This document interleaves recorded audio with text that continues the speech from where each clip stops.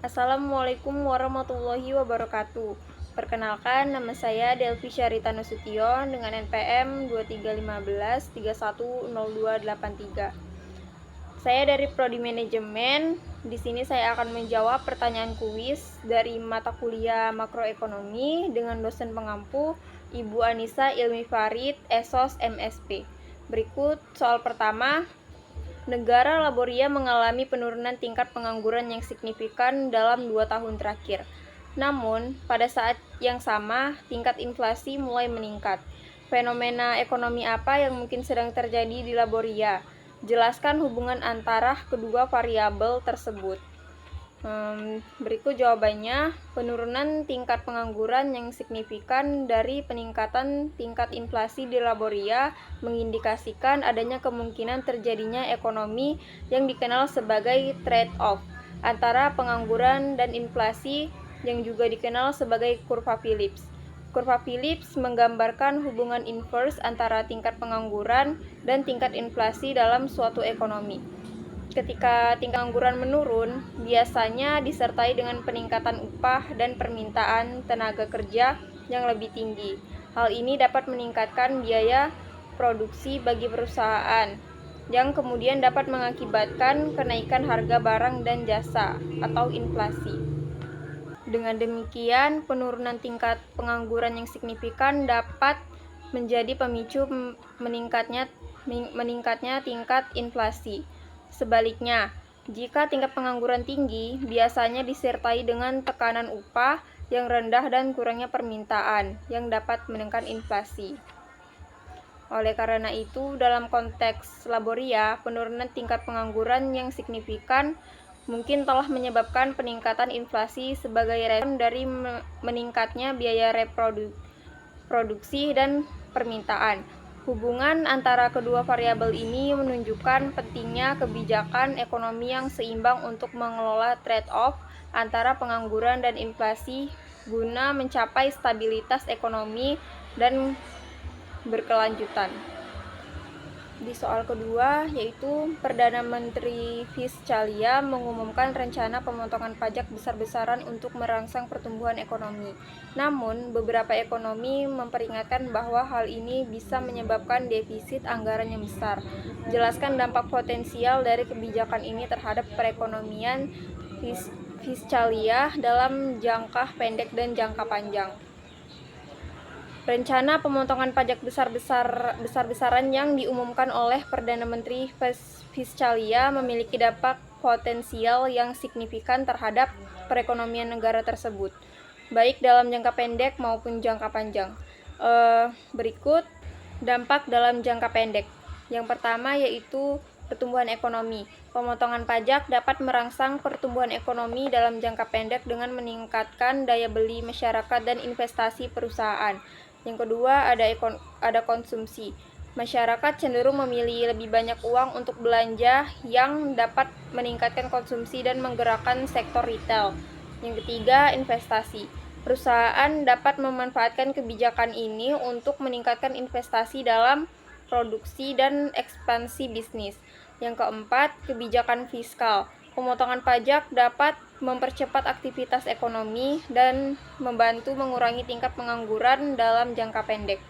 Berikut dalam jangka panjang. Yang pertama ada defisit anggaran. Pemotongan pajak besar-besaran dapat menyebabkan defisit anggaran yang besar jika penerimaan pajak tidak sejalan dengan pengeluaran negara. Hal ini dapat mengarah pada peningkatan utang negara. Yang kedua, inflasi. Jika pemotongan pajak tidak diimbangi dengan penghematan atau pertumbuhan ekonomi yang cukup, hal ini dapat memicu inflasi yang merugikan perekonomian. Yang ketiga, keseimbangan fiskal. Penting bagi pemerintah untuk memastikan bahwa kebijakan pemotongan pajak sejalan dengan kebijakan fiskal yang berkelanjutan agar tidak mengganggu stabilitas ekonomi jangka panjang. Yang keempat, pertumbuhan berkelanjutan. Dalam jangka panjang, kebijakan pemotongan pajak harus diimbangi dengan langkah-langkah untuk meningkatkan efisiensi fiskal, pertumbuhan ekonomi yang berkelanjutan, dan berkelanjutan keuangan negara. Berikut soal yang ketiga. Negara eksportia dan importia adalah mitra dagang utama. Eksportia unggul dalam produksi tekstil, sementara importia ahli dalam produksi elektronik. Kedua negara memutuskan untuk fokus pada produksi barang yang mereka kuasai dan melakukan perdagangan.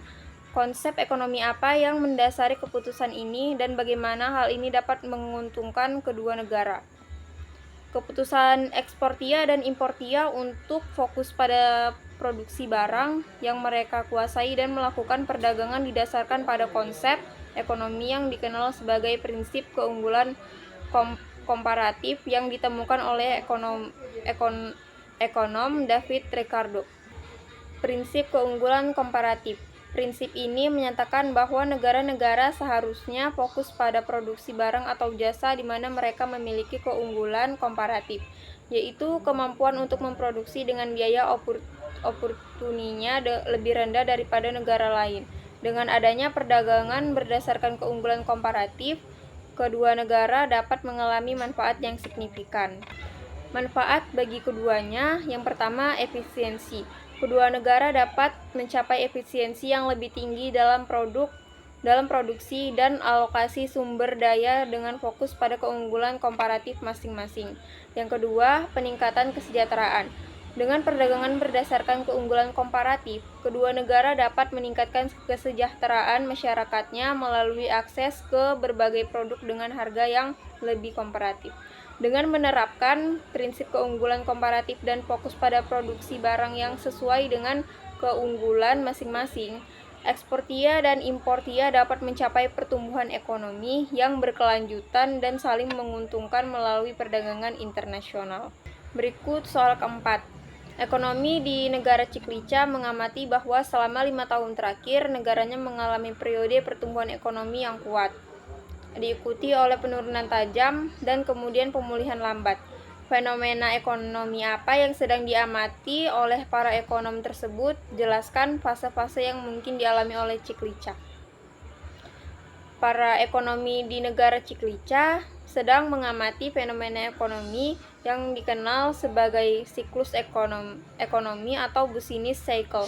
Siklus ekonomi adalah fluktuasi periodik dalam aktivitas ekonomi suatu negara yang mencakup periode pertumbuhan, kemerosotan, dan pemulihan. Siklus ini umumnya terdiri dari 4 fase utama, yaitu ekspansi, puncak, kontraksi, dan dasar. Fase-fase siklus ekonomi yang dapat dialami oleh Ciklica. Yang pertama ada ekspansi. Selama fase ini, ekonomi Ciklica mengalami pertumbuhan yang kuat dengan peningkatan produksi, investasi, dan lapangan kerja. Permintaan konsumen dan investasi meningkat, menciptakan suasana ekonomi yang positif. Yang kedua, puncak. Puncak merupakan titik tertinggi dari siklus ekonomi, di mana pertumbuhan mencapai puncaknya. Pada saat ini, inflasi mungkin mulai meningkat dan sumber daya mulai merasa terbebani. Yang ketiga, kontraksi. Setelah mencapai puncak, ekonomi Ciklica mengalami penurunan tajam dan aktivitas ekonomi. Investasi menurun, pengangguran meningkat, dan konsumen cenderung menahan pengeluaran. Yang keempat, dasar. Fase dasar merupakan titik terendah dari siklus ekonomi, di mana ekonomi mencapai titik terendah sebelum memasuki fase pemulihan.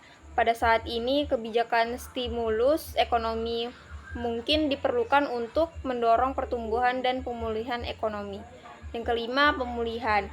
Setelah mencapai dasar, ekonomi Ciklica mulai pulih secara perlahan.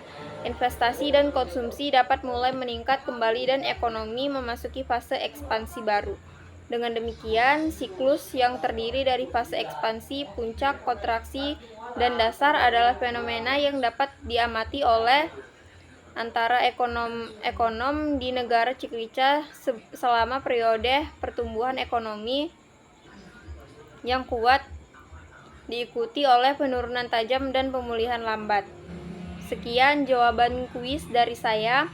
Lebih dan kurang saya mohon maaf. Assalamualaikum warahmatullahi wabarakatuh.